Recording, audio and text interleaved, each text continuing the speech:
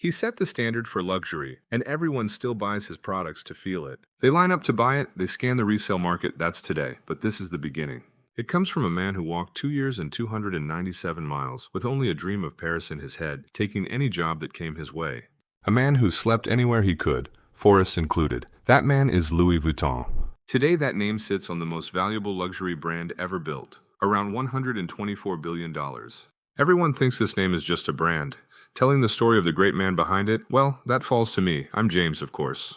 To understand that man, we go back to his childhood. A cold climate, a farmer father, a hat-making mother who put her love into everything. The Jura region, eastern France, 1831. Steep hills, long winters, a family that worked the land. Louis woke to a dark day. His mother, the one who taught him life and warmed the home, had passed away. His father remarried. The new stepmother was hard, and with her the house grew colder still, especially for Louis. Louis was stubborn, restless, and bored of village life. The house no longer felt like home. And at 13, he made a decision. He would go to Paris. The plan was simple in his head. As the old saying goes, every story starts the same way. Either someone comes to town, or someone leaves it.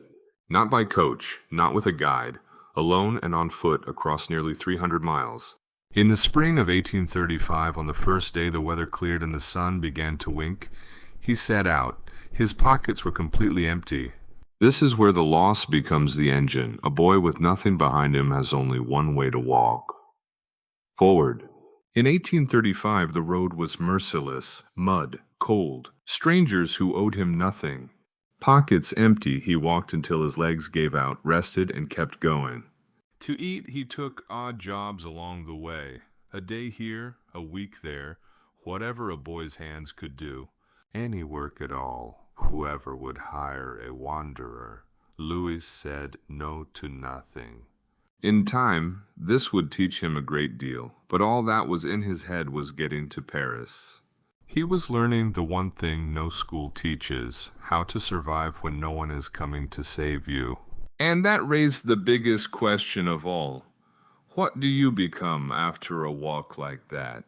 In 1837, at 16, he finally saw it. Paris, smoke, noise, and more people than he'd met in his whole life. It looked beautiful, at least as beautiful as he'd imagined, but no job, no one he knew, nothing at all. What he had was 2 years of proof that he could endure almost anything. And if that wasn't enough, then what? He found work as an apprentice to a man named Maréchal, a master boxmaker and packer. Strange as it sounds today, packing was a respected craft. In that era, it was almost an art. The rich traveled with everything they owned, dresses, porcelain, hats, all packed by hand so they'd survive the journey. A clumsy packer could ruin a fortune in silk. The gifted one didn't chase clients. Clients found him. Clients came to him. Louis was good. Fast, precise, obsessive about balance and weight. He watched every master hand in that shop. Within a few years, the wealthy of Paris knew his name. The work Louis touched spoke for itself. For 17 years he stayed in that workshop, learning, refining, quietly building a reputation, and of course none of that went unnoticed. The most powerful woman in France asked for him by name. Her name was Eugénie, the Empress, wife of Napoleon III, and the measure of luxury for an entire empire. She hired him as her personal packer, the man entrusted with the imperial wardrobe. It happens in an instant, like our own lives. We never see the years in between. One day we look at where we stand, and we don't even remember the distance from where we began. Most people would have stopped there. A steady palace job, security for life, but is that the best place a life can reach? Every trunk in the world had a rounded top, curved like a barrel so rain would roll off the old coaches. The world was changing, shifting to carriages and steam trains. The luggage had to change too. Curved trunks couldn't be stacked. In 1854, at 33, the time had finally come. He left the security behind and opened his own shop. 4. Rue Neuve des Capucines in central Paris, his name over the door for the first time. Louis Vuitton. The sign outside made a bold promise. It packs the most fragile objects. It specializes in fashion. Then in 1858 came an idea that would change the whole system. A flat-top trunk. Flat so it could stack. Lightweight canvas instead of heavy leather, and sealed tight against water. He didn't invent luggage. He shaped it into what a changing world needed it to be. And he would keep changing right alongside the change. The trunk sold as fast as he could build it. Demand exploded. He opened a bigger workshop in Asnieres on the edge of Paris and moved his family there. The name of the boy who ran from that house had settled into the mind of every traveler as the name of luxury and perfection. And then, in 1870, war came. Like its name, it destroyed everything and burned it to ash. France against Prussia. The fighting rolled toward Paris and closed like a fist around the city. During the siege, soldiers turned his Asnieres workshop into a barracks. When it ended, Louis went to sea. The siege lifted on January 28, 1871. He looked at what used to be a workshop. He looked at the ruin. The village in ruins, his tools stolen, his wood gone, his workers scattered by the war. Everything he had was gone, vanished, lost. All that remained was Louis, his experience, and his ideas. And Louis was no longer young. He was 49. Almost no capital left. The workshop that fed his family, gone. In every real sense, he was back at the start.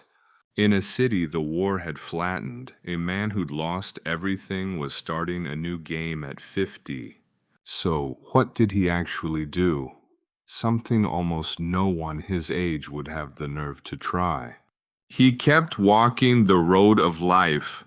Those miles never ended, not since the day he left that house. He built, he was ruined, he went hungry in the war. He barely provided for his family. The war ended, now it was time to rebuild. Within months, he opened a new store on Rue Scribe, like a phoenix in the heart of a Paris rebuilding itself from the ash. It sat by the new opera district near the Jockey Club. Could there be a better spot? Everyone walking out of there would see that name, Louis Vuitton. And this time he changed the game itself. The new store wasn't about trunks. It was about luxury. Travel was no longer just a necessity. People were traveling for pleasure now, roaming the world. Not overnight.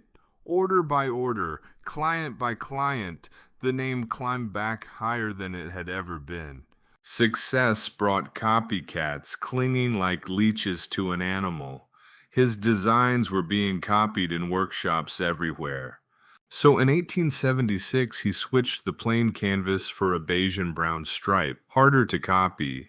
They copied it anyway.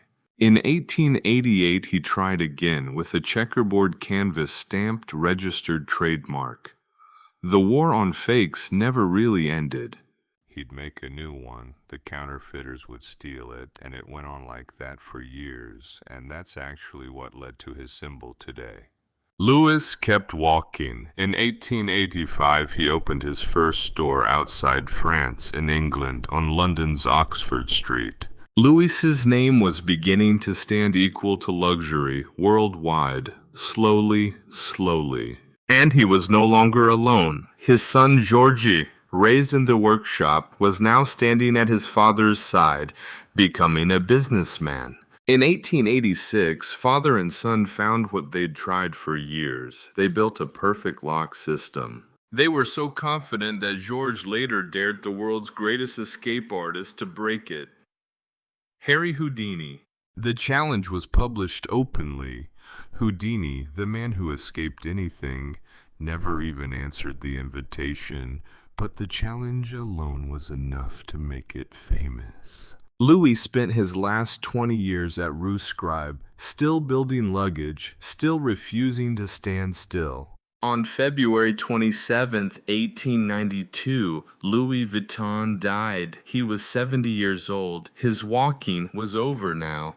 He had fallen into a peaceful sleep. He became the name of luxury, but he never lived that luxury himself. He just kept working, like clockwork. Years earlier, he'd built the family home right in the workshop garden so he could stay close to the craft. He could have lived anywhere in the world or in Paris, but he chose to stay close to his workshop. In 1896, 4 years after Louis died, Georges created something to honor his father and beat the counterfeiters. He took his father's initials, L and V, and wrapped them in flowers and stars. The monogram was born. The design echoed the Japanese family crest then fashionable in Europe, a father's initials dressed as art. That pattern has barely changed in over 130 years. The two letters, born from the name of a boy who ran barefoot from his home, became the initials of luxury. His trunks crossed oceans. Egyptian royalty ordered them. Later, the Rockefellers and Vanderbilts carried them. This name, we can call it a brand now, has seen so much from the very start. Wars, economic crashes, troubles. Louis's story was never a scandal. Today, his name is the crown jewel of the largest luxury group on earth. The brand alone is valued near $124 billion, the most valuable luxury company in the world. More than 460 stores, over 50 countries, and that original workshop in Asnières still open. Inside it, artisans still build trunks by hand today, and his home, they use it as a museum. His story is beautiful, of course, but if we take no lesson from it, it's wasted on us. What Louis had was the refusal to stop walking. It began by running from home. On the road in the war, whatever happened to him, he kept going. He tired, he rested, he kept going. He built the world's most valuable name in luxury. He carved his name into the peaks of eternity. He built the world's most valuable name in luxury. He carved his name into the peaks of eternity. Not a bag or a trunk, a 13-year-old boy asleep beside a cold road, still walking north in his dreams. All he had in his head was getting to Paris. No bag, no trunk, nothing else. Set out, and the road will teach you. So are you ready to set out? Or are you already on a road right now? Let's talk in the comments. And to keep seeing content like this, you can subscribe. Until the next story, take good care of yourselves because you are so very valuable.